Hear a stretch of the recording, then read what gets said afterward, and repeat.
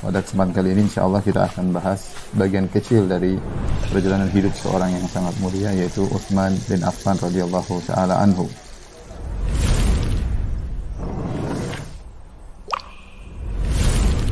Jadi Utsman bin Affan bin Abul As bin Umayyah. Makanya Utsman dinisbahkan kepada Bani Umayyah. Dan Rasulullah SAW bertemu dengan Utsman pada Abdu Manaf. Affan menikah dengan Arwa, ya. Arwa bintu Quraisy bin Rabi'ah, yang kembali juga kepada Abdus Syams nasabnya. Arwa bapaknya Quraisy, ibunya namanya Al-Bayda binti Abdul Muttalib, kakek Nabi sallallahu alaihi wasallam. Al-Bayda adalah neneknya Utsman. Ternyata kembarannya Abdullah, bapaknya Nabi sallallahu alaihi wasallam. Jadi Muhammad bin Abdullah bin Abdul Muttalib, ya. Jadi rupanya neneknya Utsman adalah tantenya Nabi sallallahu alaihi wasallam. Nah, ketika Affan ini pedagang kaya raya. Nah, ketika Affan meninggal, Arwa, ya, menikah dengan Uqbah bin Abi Mu'aid. Siapa Uqbah bin Abi Mu'aid ini? Inilah orang yang meletakkan isi perut unta di pundak Nabi ketika Nabi sallallahu alaihi wasallam salat di depan Ka'bah.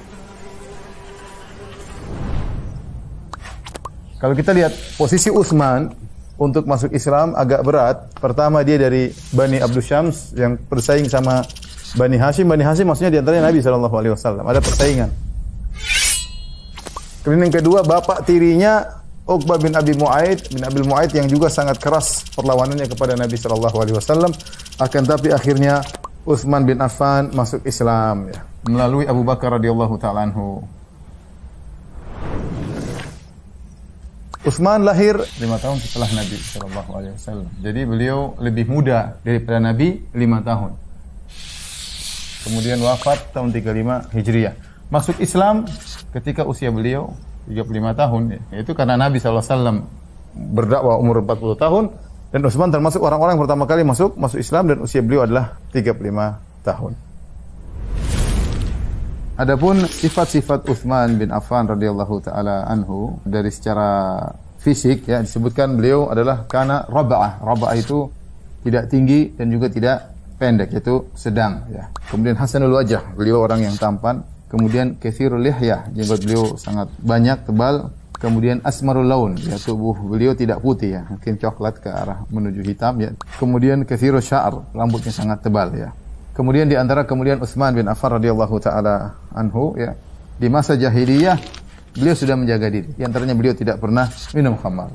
Kemudian beliau juga tidak pernah berzina meskipun di zaman jahiliyah, apalagi setelah Islam.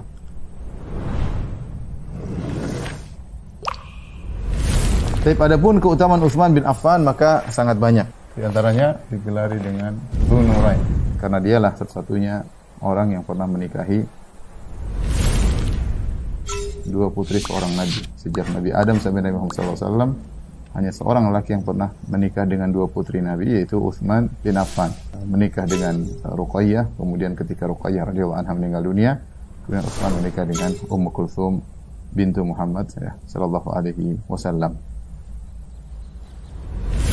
Utsman bin Affan termasuk Khulafaur Rasyidin yang mendapat rekomendasi dari Nabi sallallahu alaihi wasallam.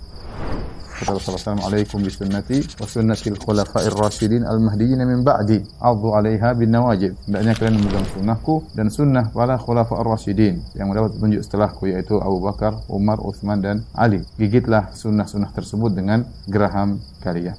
Utsman termasuk 10 orang yang dijamin masuk surga. Kata Nabi sallallahu alaihi wasallam dalam hadisnya, Abu Bakar fil jannah, Umar fil jannah. Yang ketiga Utsman, nomor 3, Utsman fil jannah. Kemudian keempat Ali fil jannah.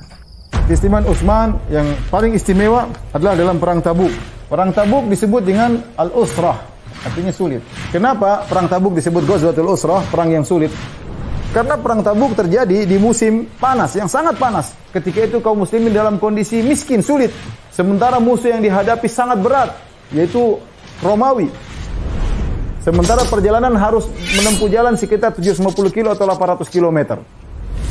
Maka ketika itu Nabi SAW melihat para sahabat yang miskin tidak punya apa-apa, ya, maka Nabi SAW memberi motivasi kepada para sahabat untuk membantu pasukan perang. Kata Nabi SAW, barang siapa yang persiapkan pasukan perang untuk perang Tabuk, maka bagi dia surga atau bagi dia kebaikan yang lebih baik di surga. Ketika Utsman mendengar hal tersebut, apa yang dilakukan oleh Utsman? Utsman dia menyumbangkan 940 ekor onta, 60 ekor kuda. Masih kurang lagi. Siapa yang biayai? Utsman datang, kemudian dia mengeluarkan uang. Dia datang ke depan Nabi SAW, kemudian ditumpahkan 1000 dinar. Ini bukan jumlah sedikit. Ketika itu maka Nabi SAW mengatakan, ma dharra Utsman ma amila ba'dal yaum. Nabi mengatakan, apapun yang dilakukan Utsman setelah hari ini, maka tidak akan memudaratkannya. Bagaimana terbunuhnya Utsman? Semua provokator pemberontakan ini dipimpin oleh, atau pembunuhan, diprovokasi oleh Abdullah bin Saba, yang disebut juga dengan Ibnu Sauda. Ini adalah Yahudi yang masuk Islam. Ya, kemudian dia kesana kemari memprovokasi, menjelaskan tentang keburukan-keburukan Utsman bin Affan radhiyallahu anhu. Dia datang bersama 3.000 sampai 6.000 orang. Akhirnya datanglah mereka. Antara masjid dengan rumah Utsman ada semacam lantai, disitulah mereka berkumpul, mereka mengepung rumah Utsman bin Affan radhiyallahu anhu. Apa tuntutannya? Tinggalkan kekhalifahan. Yaitu kata mereka lengser, dan Utsman tidak mau menanggalkan kekhilafahan, ya, karena hadis-hadis Nabi sallallahu alaihi wasallam, ya. Dikepunglah Utsman bin Affan radhiyallahu anhu. Utsman tidak boleh keluar rumah. Utsman mau sholat di Masjid Nabawi dilarang, dekat. Dilarang, enggak boleh kamu sholat di Masjid Nabawi, di rumah saja. Akhirnya datanglah para sahabat. Banyak sahabat yang datang menawarkan diri untuk berperang. Sampai 700 orang di rumah Utsman waktu itu berkumpul siap melawan. Mereka siap mati demi Utsman untuk membela khalifah kaum muslimin. Tapi setiap mereka datang kata Utsman pulang. Utsman tidak mau terjadi pertikaian. Dia mengatakan, aku tidak ingin menjadi suatu khalifah setelah Rasulullah SAW yang akhirnya timbul pertumpahan darah di antara kaum muslimin. Utsman tidak mau. Sampai akhirnya ketika hari Jumat, hari di mana Utsman dibunuh. Malam harinya Utsman bermimpi. Utsman bermimpi bertemu dengan Nabi SAW. Nabi berkata kepada Utsman, ya Utsman bin Affan, buka puasalah bersama kami. Maka Utsman ketika bangun pagi hari dan dia dalam kondisi berpuasa. Kemudian mulailah Utsman baca Quran. Dia buka Al-Quran. Mulailah orang-orang gelisah mau bunuh Utsman. Hari tersebut dia dibunuh, hari Jumat, dalam kondisi berpuasa, sedang baca Al-Quran. Datang orang satu, ingin bawa pedang, ingin bunuh Utsman. Kata Utsman, baini wa bainaka kitabullah. Kalau kamu berhukum ada Al-Quran di depanku. Utsman hafiz Quran, penulis wahyu, Dzunurain, luar biasa, dijamin surga oleh Nabi SAW. Maka dia mundur, tidak berani. Datanglah salah seorang, disebut dengan Al-Maut Al-Aswad, dijuluki, ya, dengan bertubuh hitam. Maka kemudian datang kepada Utsman, Utsman baca Al-Quran. Kemudian dia mencekik leher Utsman dan dia sombong. Utsman sudah tua, 82 tahun. Dia cekik leher Utsman, kemudian dia menghina, dia mengatakan betapa mudahnya saya mencekik leher. Kemudian dia ambil pedang, dia mau tikam Utsman, maka Utsman menahan dengan tangannya.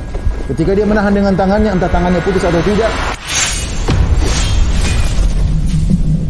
maka Utsman berkata, tangan yang kau potong ini, tangan yang pertama kali menulis Al-Quran. Maka darah pun berlumuran di mushaf yang sedang dia baca. Akhirnya Utsman bin Affan pun dibunuh oleh orang tersebut.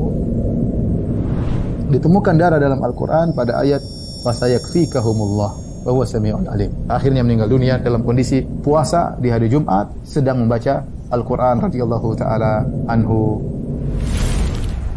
Semoga Allah Subhanahu wa taala mengumpulkan kita seluruhnya dengan para sahabat Rasulullah SAW, terutama Nabi dan Khulafaur Rasyidin radhiyallahu taala anhum ajma'in.